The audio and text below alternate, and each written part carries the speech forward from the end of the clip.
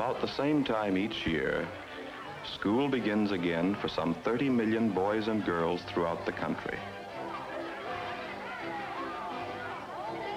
Some return eagerly, glad once more to enter the world of classrooms and studies. Others? Well, others are not quite so eager. But to all of them, the first day back in school, the beginning of a new class, is a big event. It's also a big event to more than 1 million teachers throughout the country. But a teacher's job begins long before the first day, for good teaching requires careful planning and preparation. Often a teacher spends a large part of the summer vacation getting ready for this day and the days to follow. But no amount of planning or preparation can completely fill in this chart ahead of time. What are the personalities of the boys and girls who will occupy these desks?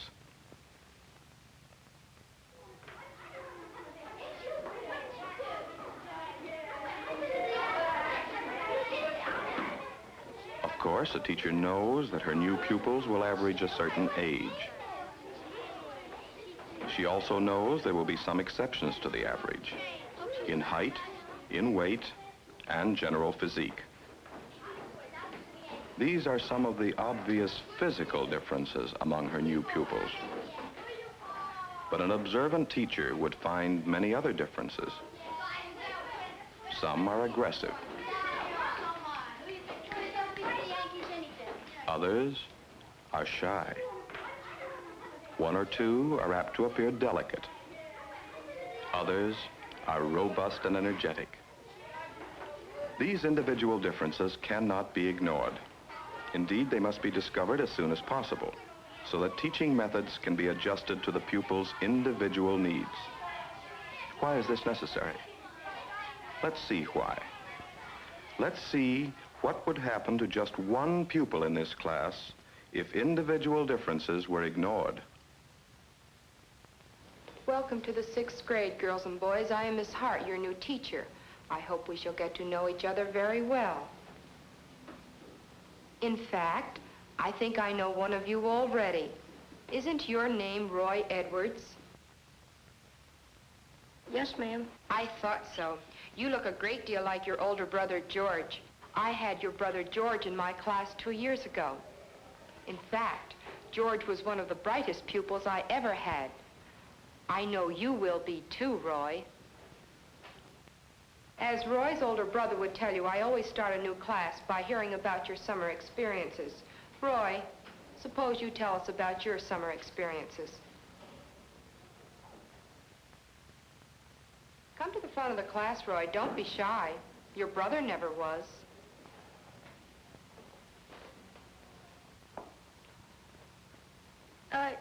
We went to Vermont this summer. We visited my grandfather.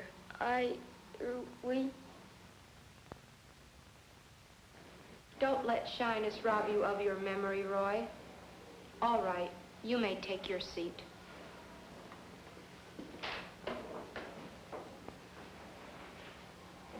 Suppose you try.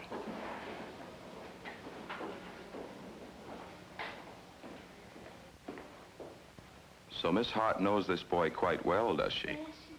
Well, she thinks she does.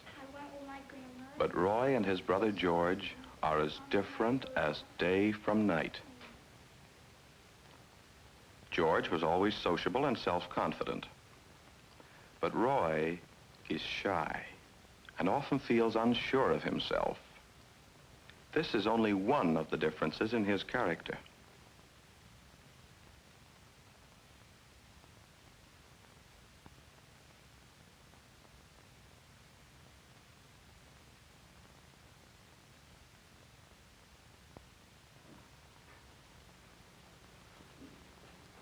Close your books. Time is up. Let's discuss what we have read.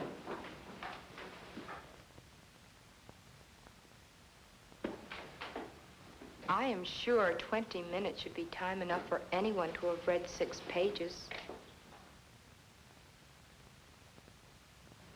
Now, let's find out what you have learned about the New England states. What states comprise the New England states? William? 6 states comprise the New England states. They are Massachusetts, New Hampshire, Connecticut, Vermont, Rhode Island, and Maine.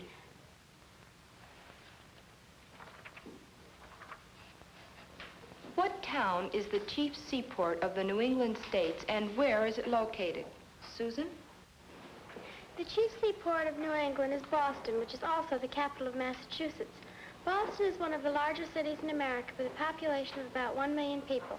Across the river is Cambridge, the home of Harvard University, where my daddy went. That's fine, Susan. Roy, for what natural resource is the state of Massachusetts most noted? I don't know.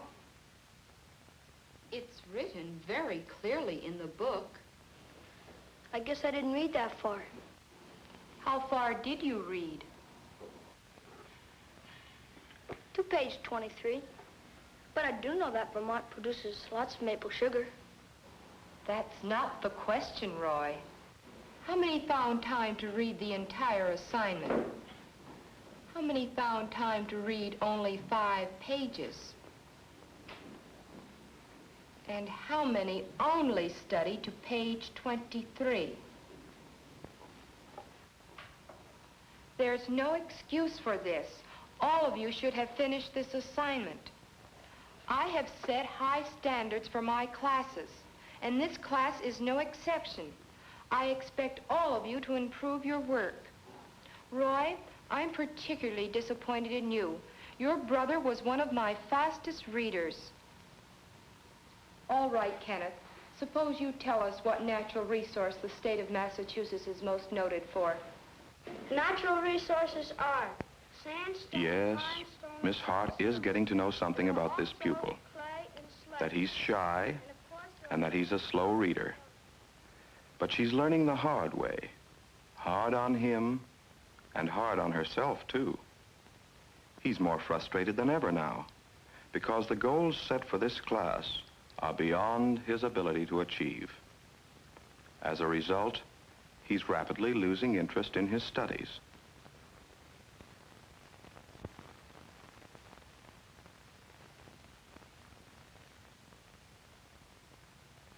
Roy, I've asked you to stay after school because we must do something about your grades. The semester's almost half over and your grades are getting worse instead of better. Don't you like to study? How much time do you set aside for study? Oh, about 2 hours. You'll simply have to study harder. It's plain to me that you're just not applying yourself. There's absolutely no reason why you can't do this work.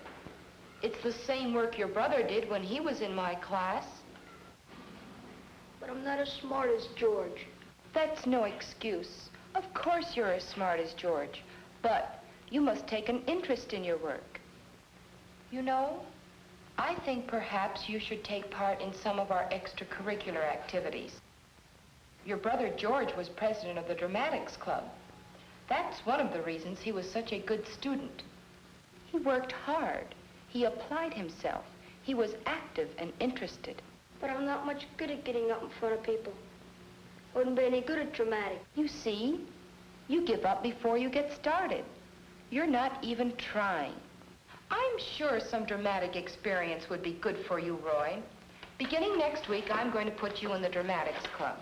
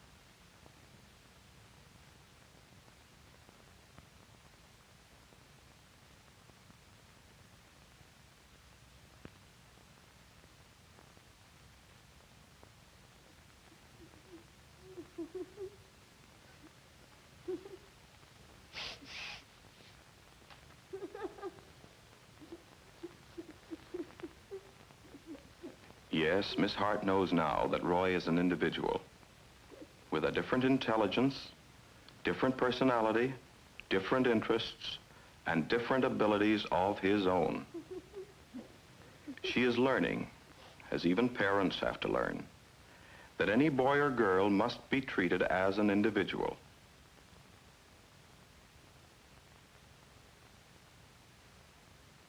Can this knowledge only be gained at the price of doing psychological damage? No. There is a scientific way of appraising individual differences. Our teacher knows the correct procedure, but she has shown us how this problem is too often handled. Let me show you how I would really work with Roy, the right way.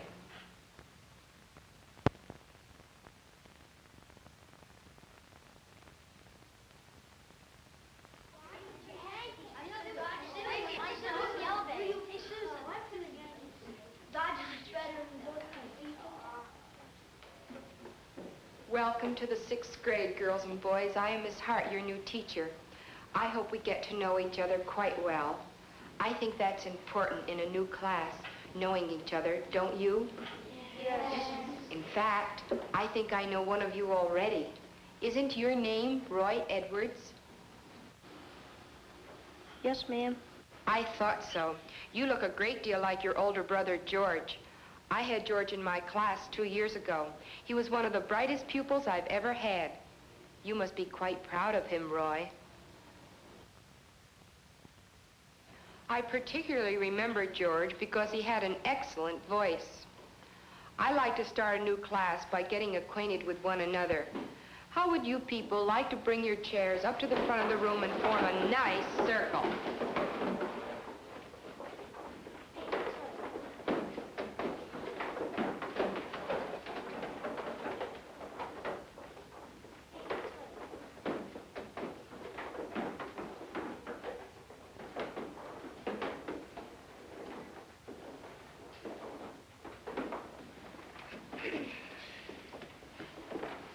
That was fine. Now, suppose we tell about our summer experiences. Who would like to be first? Would you? What's your name? Mary Sullivan. Very well, Mary. Suppose you tell us about your best summer experience. Well, my best experience is at a camp in the White Mountains. We go there every summer for a month. That is my mother and little brother. For a moment, Roy feared Miss Hart was going to ask him to speak. Perhaps someday she will. But not until she knows that he feels more secure in front of his new teacher and classmates. Anyone can see that Roy is shy and retiring. Some of the differences between him and the other boys and girls are already obvious. And this makes Miss Hart wonder. What are the other, less obvious differences that distinguish this boy as an individual?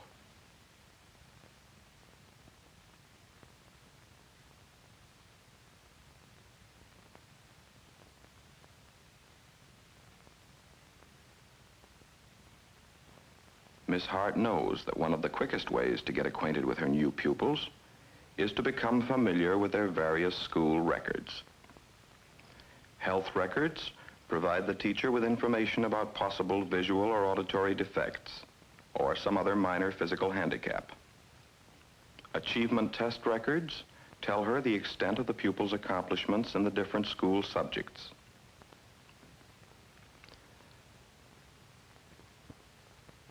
Anecdotal comments help to reveal various character and personality traits which have been noticed by previous teachers.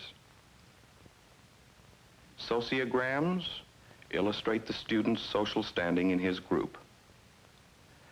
And of course, results of standardized intelligence tests reveal the pupil's capacity of learning.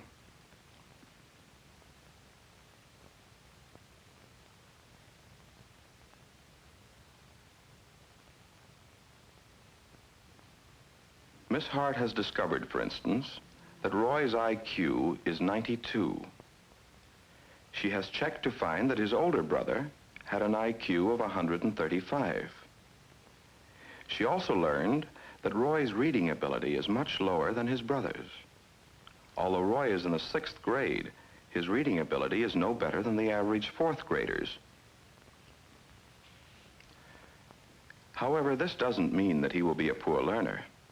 Miss Hart knows that there is no such thing as a poor learner if schoolwork is adjusted to individual abilities and needs.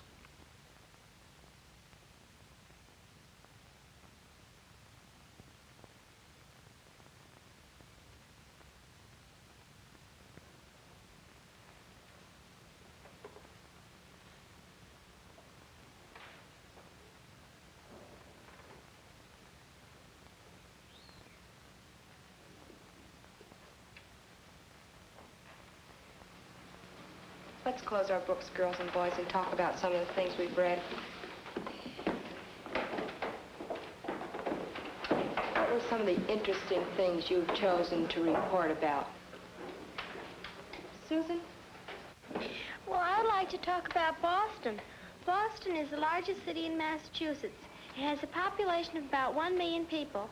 It was settled by our colonial forefathers who came to this country from England in the early 17th century.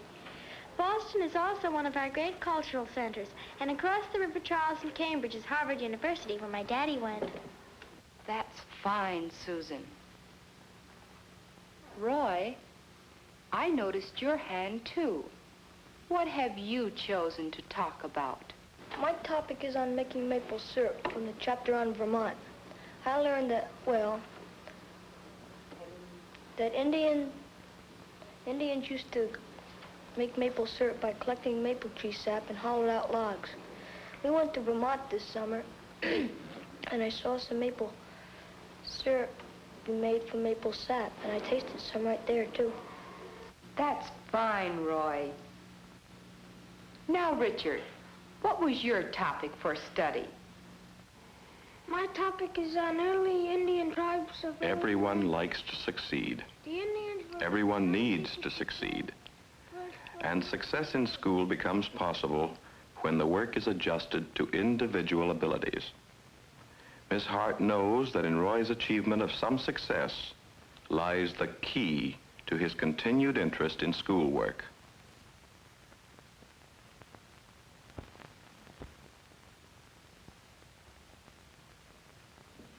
Hello, Roy. Did you have a good day? Yes. Do you have a few minutes we could chat? Mm-hmm. Good. How do you like the 6th grade now that almost half the semester is over? Oh, I like it very much, Miss Hart. You must be getting to know the other girls and boys pretty well. Well, some of them, but a lot of them are new this year. You know, Roy, one of the best ways to get to know the boys and girls is by joining one of the class clubs. We are organizing a new junior dramatics club. I remember George was president of the dramatics club 2 years ago. He was active in the various pageants we had in school.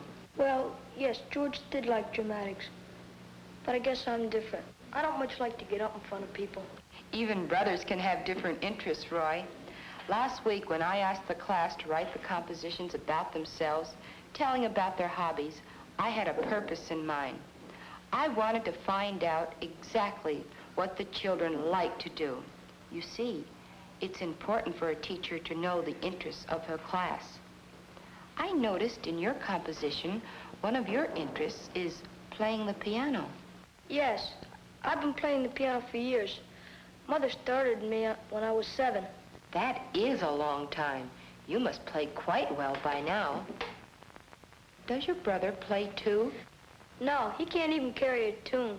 He started listening to what I did, but wasn't very interested and gave them up. I have an idea, Roy.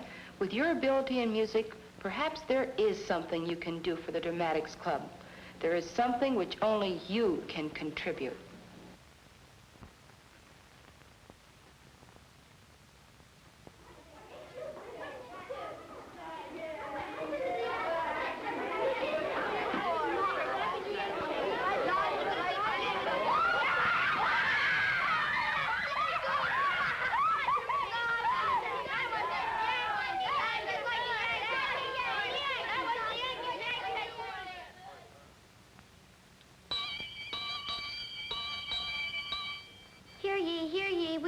some living tableaus of great moments in the glorious history of colonial America.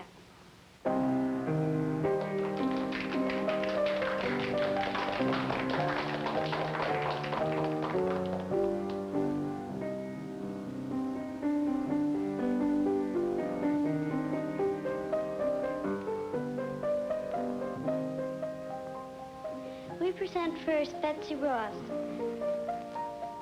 Betsy Ross was born in Philadelphia in the year 1752. She made the first American flag for General George Washington.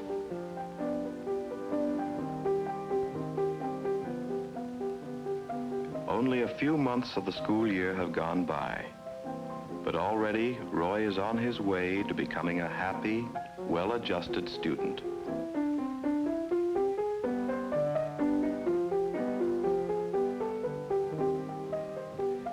Miss Hart has shown us how she coped with the problem of individual differences in one class with one student.